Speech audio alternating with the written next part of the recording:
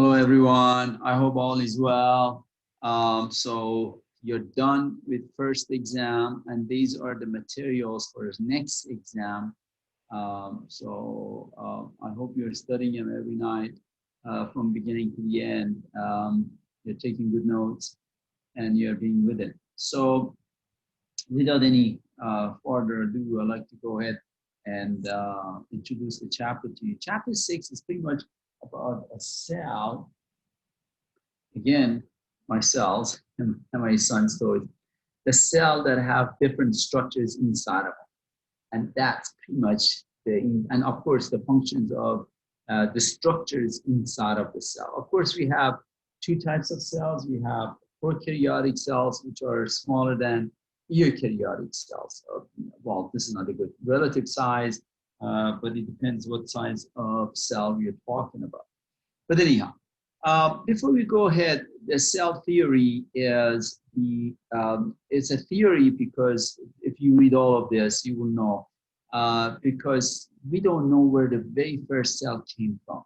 That's why they call it's a cell theory. If we knew where the very first cell came from, then it would be a fact. It would be a law.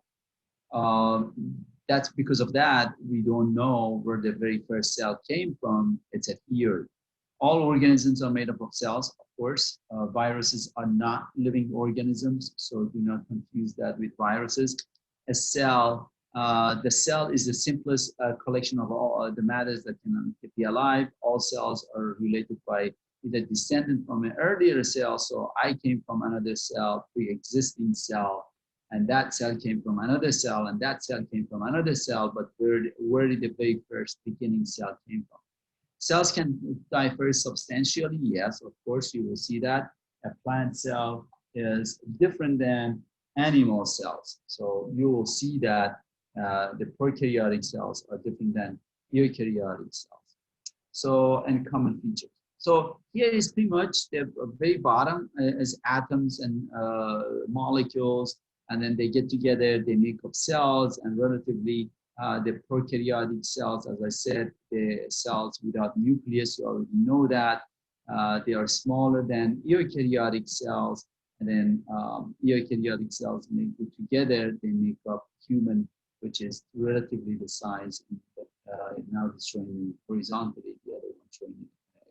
There are different types of cells, so, and then of course, this diagram is showing you they are being viewed on the different type of microscopes, which is not the focus of this chapter. I'm not worried about it too much. Maybe, they're microscope, I said, not electron microscope. There are two different types of electron microscopes that you should know. Okay, here they are, two basic types of electron microscopes, EMs. We do have the program at Delta College, so you can become certified and work for NASA. I had students who worked for NASA, worked anywhere that they have electron microscopes. So there are scanning electron microscopes. The scanning electron microscopes does not go inside of the cell. They look at the cell from outside, three-dimensional. They give you an impression of a three-dimensional view. But the transmission electron microscopes, they cut the cell, they go inside of the cell, and they look at the structures inside of the cell. The cell fractioning, it means they take a cell and they break it down and they put it in the test tube. I'll show you next picture. And then that's another way of looking at the size and looking at the cells possibly. Here they are, they put cells in here and they break it down, and then they put another cylinder very tight. It's very tight, and then the cells break more, and then they centrifuge the cells. It depends at what speed. I will not ask you the G's, what G, and so on and so forth. When they, after they spin the cells, they form a pellet. This is called the supernatant right here. These are the words I would like you to know. Maybe I should start lining them. Supernatant is the what is on top, and then this is the pellet on the bottom. So the nucleus is the largest organelle, and it goes on the bottom.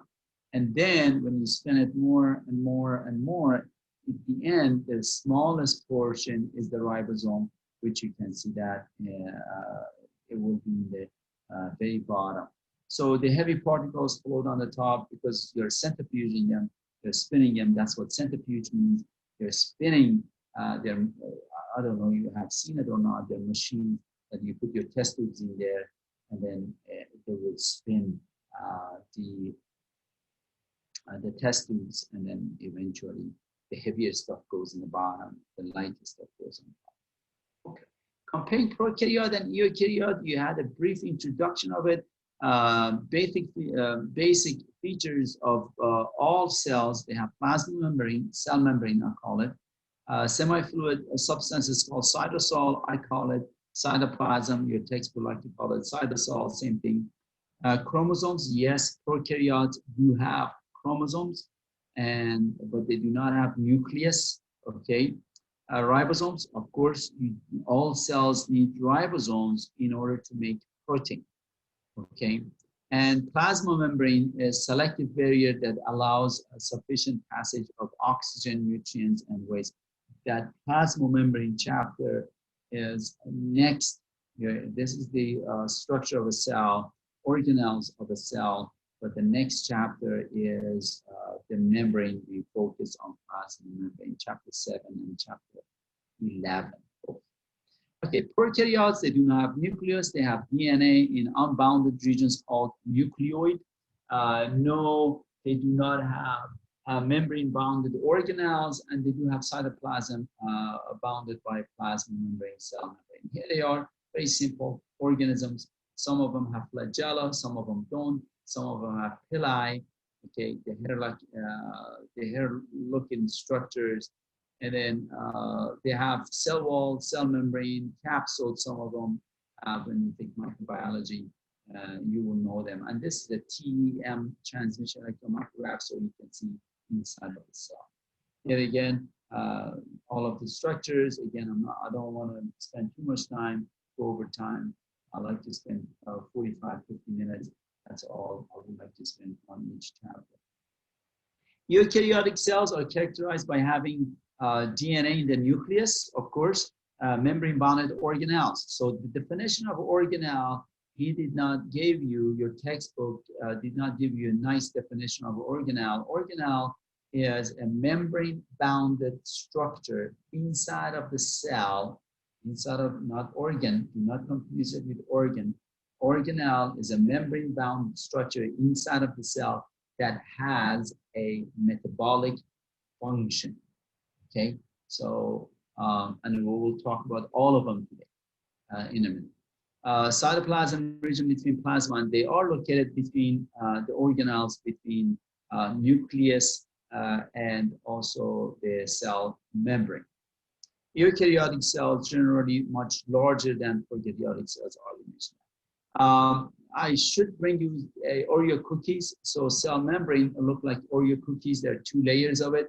Here is a chocolate layer, and here is a creamy part, and here is a chocolate layer. So what happens with the cell, they have other structures in here, but they're just showing you the cell membrane, and the outside of the cell is water, inside of the cell is water and protein, of course.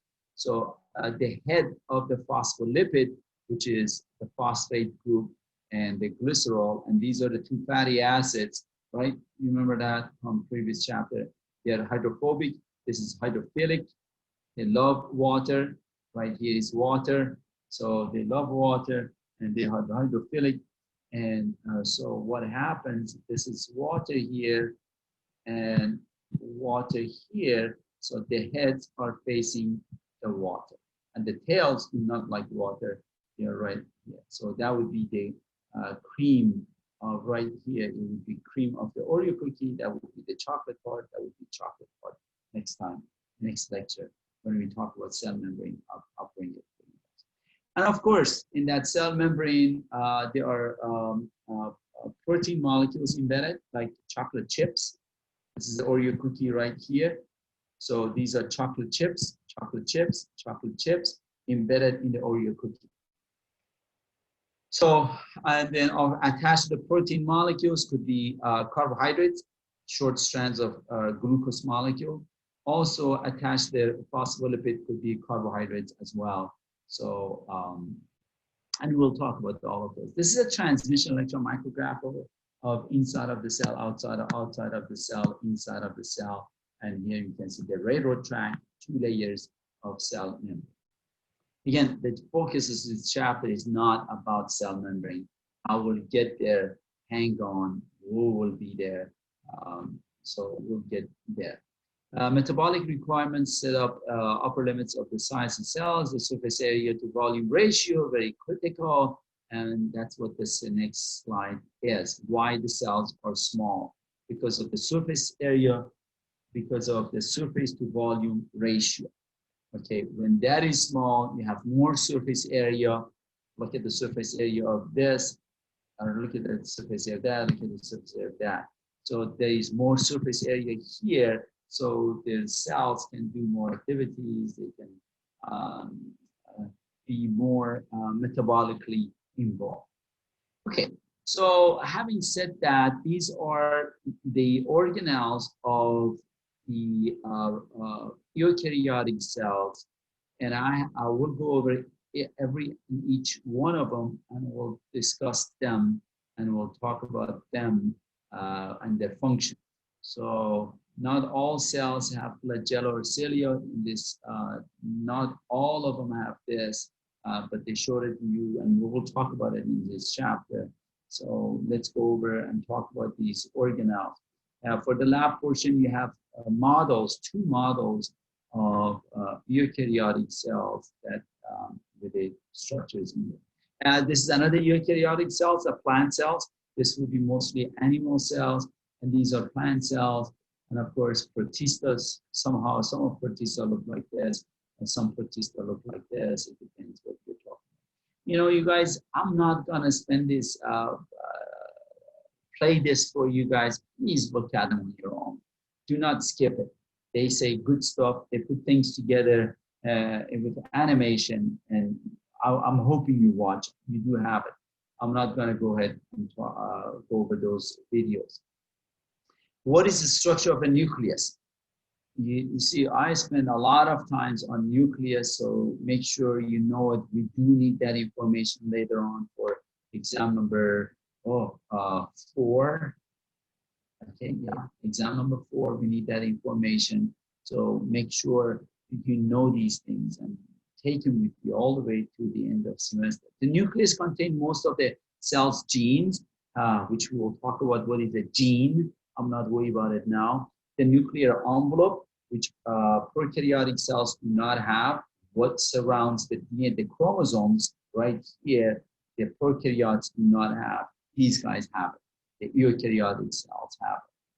And then separating from the cytoplasm. The reason for that, because there's a lot of metabolic activities occurs in the cytoplasm, and you want to kind of protect the DNA. You want to protect the chromosomes from all of that hodgepodge going on in cytoplasm, all of that activities, metabolism going on in cytoplasm. So you want to protect the genes, and hopefully they are not being affected by the reactions that occurs in cytoplasm. That's one reason why you have nuclear envelope, which is made up of phospholipid. But the nuclear envelope is made up of phospholipid.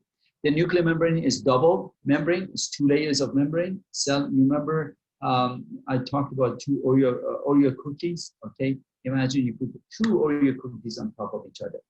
Okay, that would be the structure of nuclear membrane. So there are pores in there. So the nuclear membrane, there are 2 layers of them. If you imagine 2 Oreo cookies, and they are right in between, there are little pores right here. Okay, so they call them nuclear pore. And the nuclear size of the envelope is lined by a nuclear lamina, which is composed of proteins and maintains the shape of the nucleus. Right here, I should put my glasses, be able to read and say stuff in here. Here is a transmission electron micrograph of TEM transmission electron micrograph. And then you can see these little dots. These dots are the nuclear pore. right here, the nuclear core, the reddish stuff in here.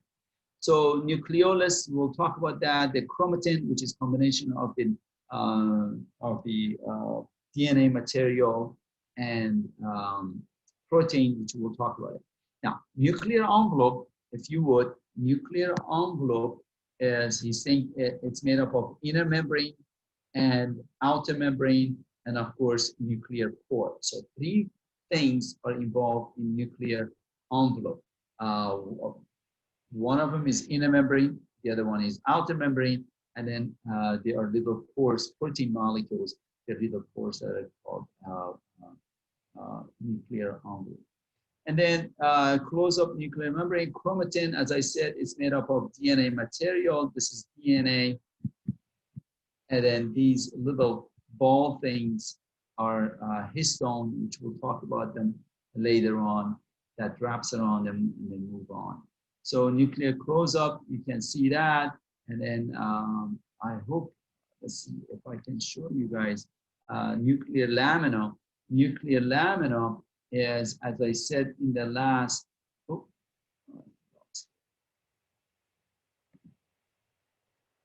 okay, nuclear lamina, which is composed of proteins and maintains the shape of the nucleus. They're like scaffolds, they're like support the nucleus. So the nucleus does not, it's made up of protein molecules. You will see cytoskeleton here in a minute. But these are structures that hold the nucleus, and so the nucleus does not collapse. That's what nuclear lamina is. Right here, you can see this lattice, if you would, of the nuclear lamina. These are the nuclear core. You can see that. So that's what these guys are. Let's move. Nucleus continues.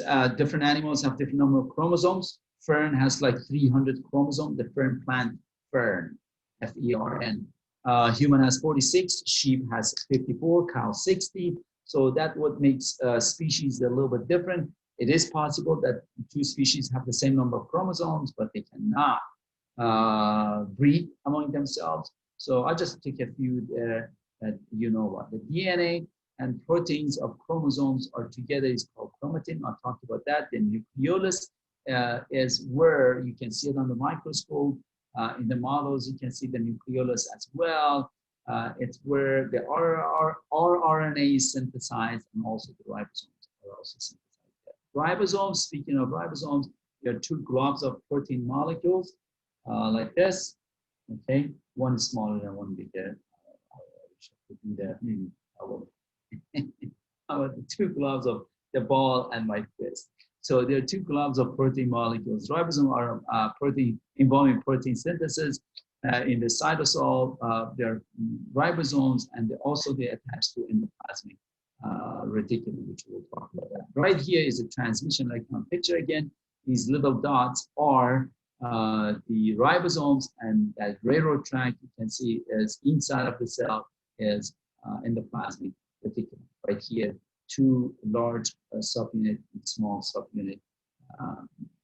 We'll talk about. Okay, very, very important. You should know this. We do need them for the rest of semester. It's called endomembrane system.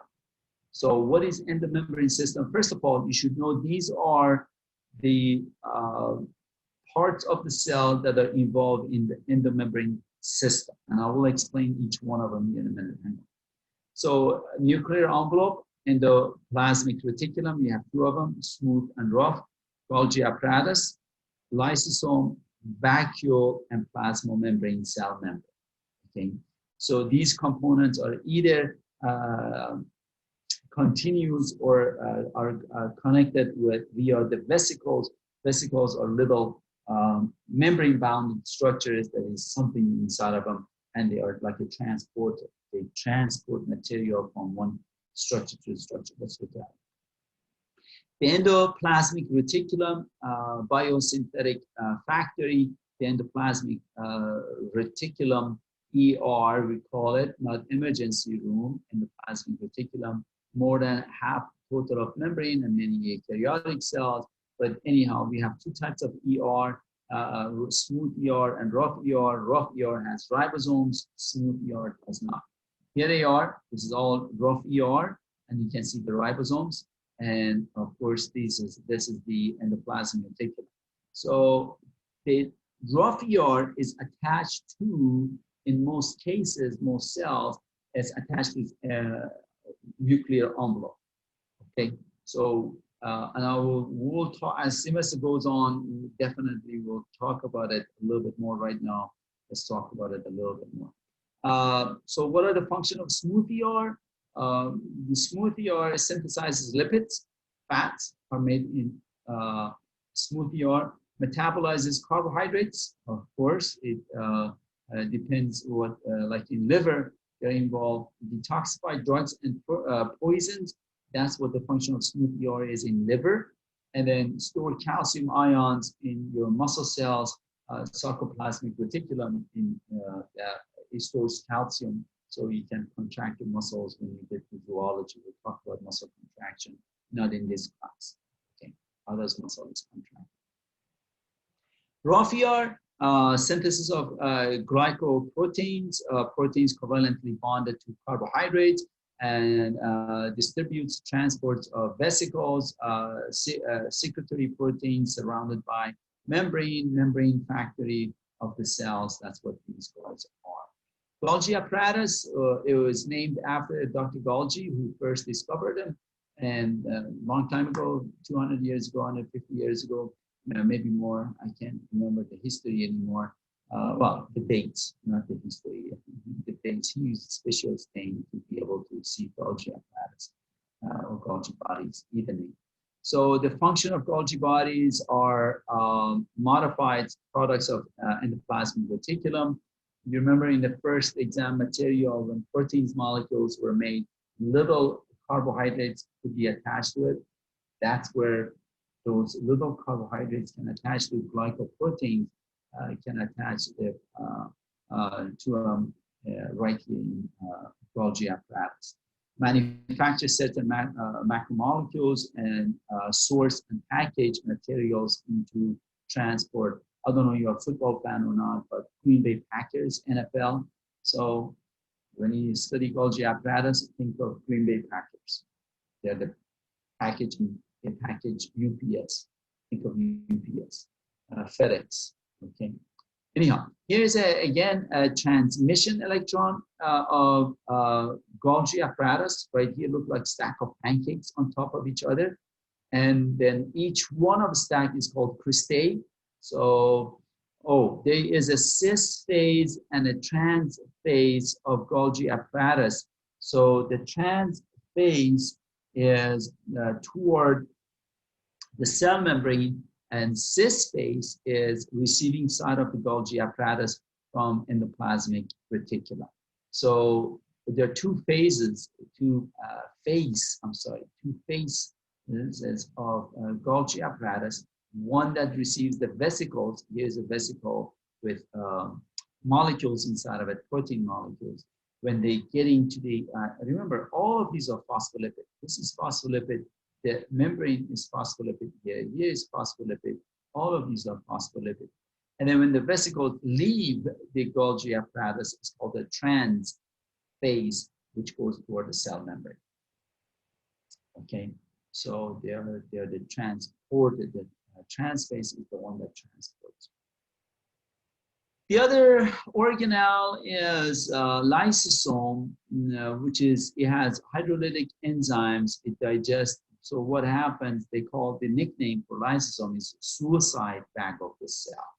So when the lysosomes break open, they release a lot of enzymes and they can kill the cell. Okay, that is unfortunate. It can happen with rheumatoid arthritis, as I mentioned in here. And also women who are pregnant, what happens, the uterus, the size of the cell becomes 1,000 times bigger.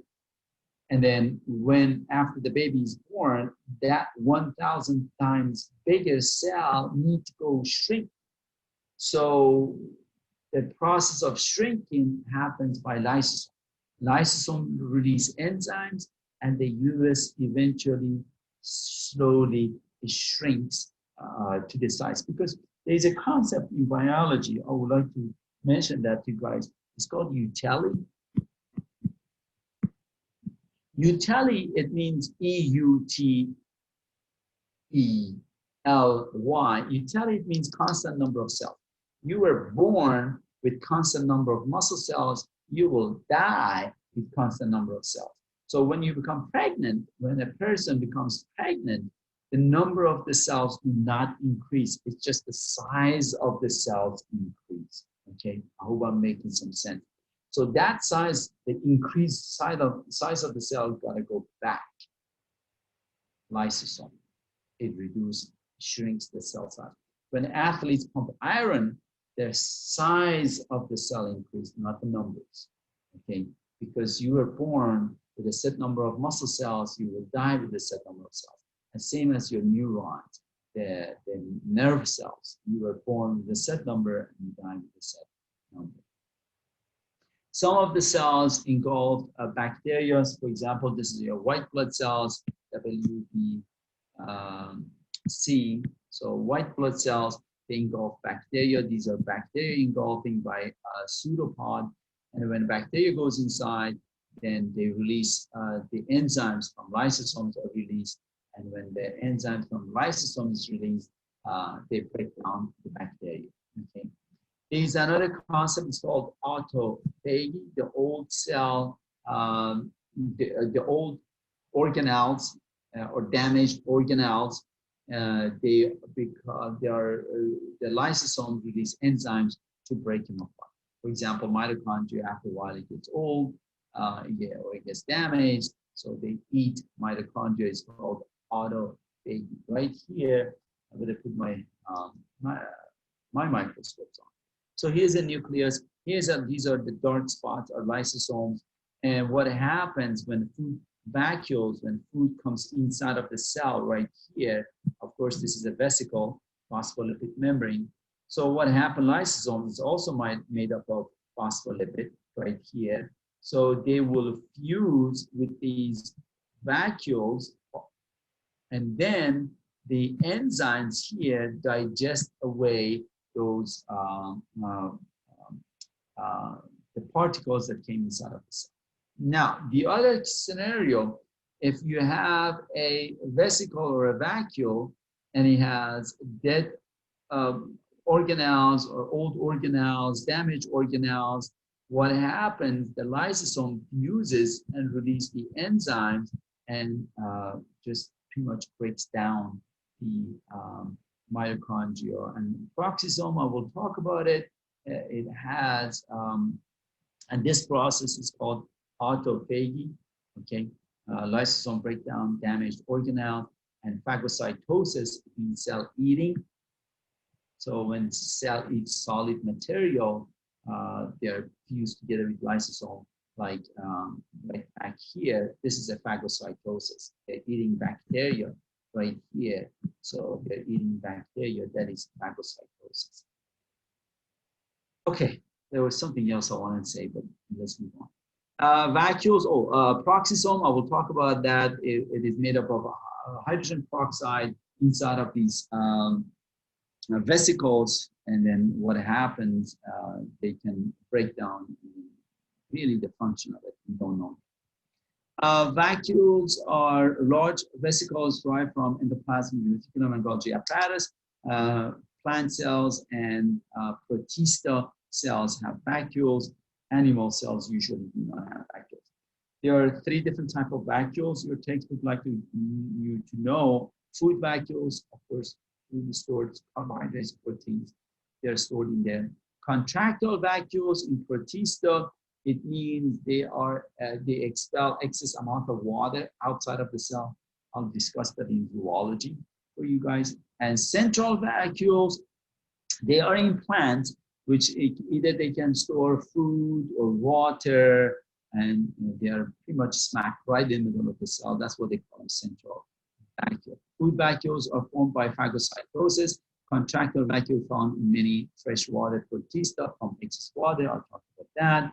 And central vacuoles found in many mature plants. And right here is a central vacuole, and they're showing you the chloroplasts around it. And endosymbiosis membrane system, a review. Endomembrane system is complex and dynamic player in the cell compartmentalization. Okay, right here, so putting things together a little bit, let me go over that with you guys. Here is a nucleus, sends the information. That's what the nucleus do. It just like the White House. It sends the information, and the information goes here in the rough endoplasmic reticulum with the help of ribosomes. Protein molecules are made. Protein molecules pinch off, okay, a little bit of the membrane here in the rough endoplasmic reticulum, and then vesicle is formed. That vesicle goes and bind to Golgi apparatus. And in the Golgi apparatus, there are enzymes to modify that protein molecule. These protein molecules are being modified, folded. I think I talked about that, chaperone, or carbohydrates added to it. Then when the final product will leave the Golgi apparatus as vesicles, and the vesicles come and right here, the vesicles join the membrane and they release the material out, which is called exocytosis. This phase of the Golgi, this cristae, remember I talked about that, the folds, and the cristae on this side of the Golgi apparatus is called the trans phase, and that the cristae on that side is called the cis, okay, right here, the cis phase of the Golgi apparatus. So anyhow, these are some of the things you should be able to answer in a multiple choice question. Okay, what is mitochondria and chloroplasts change energy from one form to another? What is mitochondria and chloroplasts? Of course, they change energy from one form to another. Mitochondria is called the power plant of the cell. We'll talk about that this exam, I think, but chapter 8, 7, 9, something like that. Okay, and chloroplast is photosynthesis. Yes, this exam material, maybe next exam material. I changed things a little bit. Peroxisomes are also oxidative organelles. What is the evolutionary origin of mitochondria and chloroplasts? What they say, scientists say, mitochondria and chloroplasts, only these two guys, only these two, do not confuse them. Only these two, they were bacteria possibly someday, okay? So when the eukaryotic cells engulfed them, ate them, what happened? They remained inside of the cell. The cell did not kill them. So in return, they gave energy to the cell, or they did photosynthesis for the cell. And that theory is called endosymbiosis theory, or endosymbiont theory. Right here, this is a eukaryotic cell without mitochondria, without chloroplast. They engulfed a bacteria. This is supposed to be a bacteria, and the bacteria inside, over a period of time, evolution, it became a mitochondrion, singular, and of course, it benefited the cell. So that's what endosymbiosis means. And then that cell could evolve plant cells, engulf a chloroplast. A chloroplast, it was a bacteria which was doing photosynthesis, and now the plant cells can do photosynthesis, and they engulf it. Anyhow, what is the anatomy of mitochondria and chemical energy? This is just the mitochondria. They have cristae, which are the inner folds of the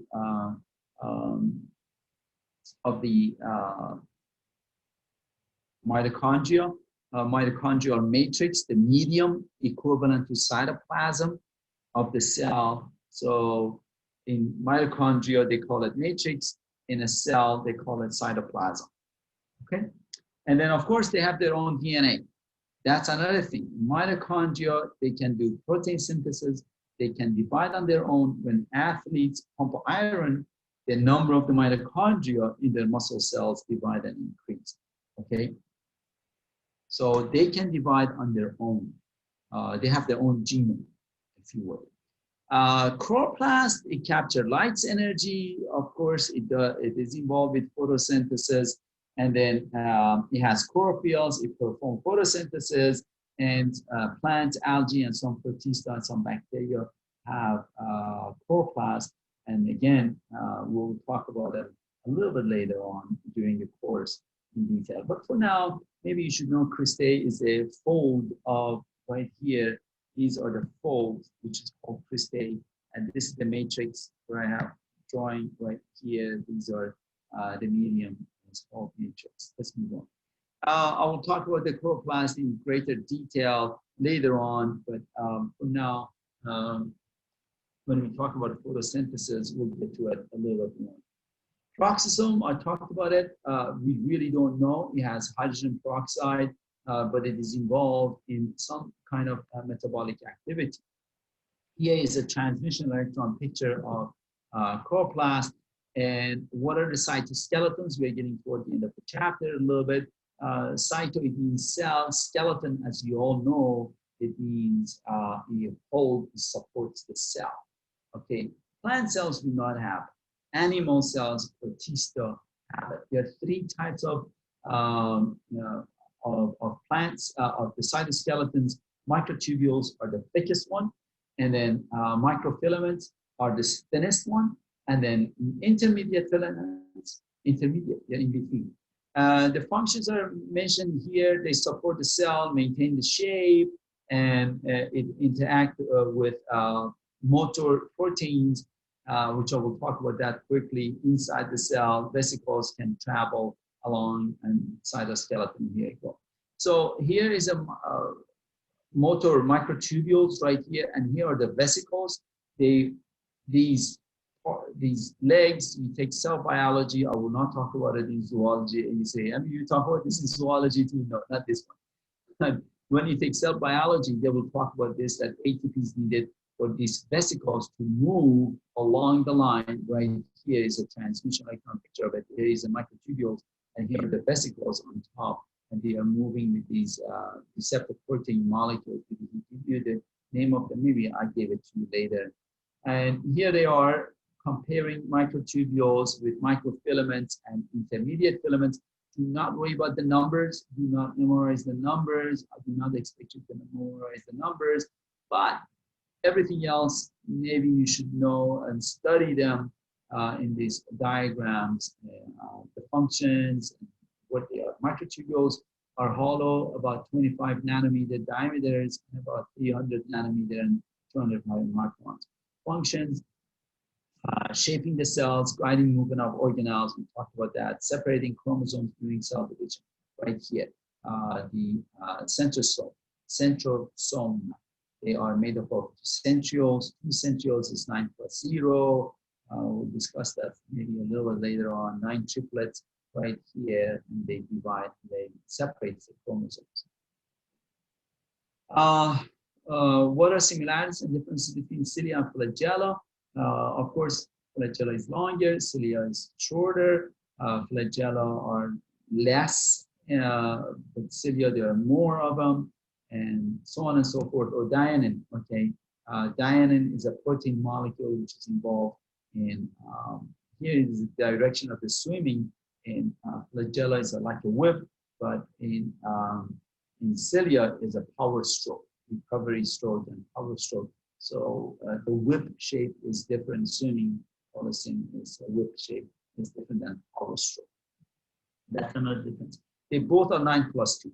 So 9 microtubules in the parameter and 2 microtubules in the center.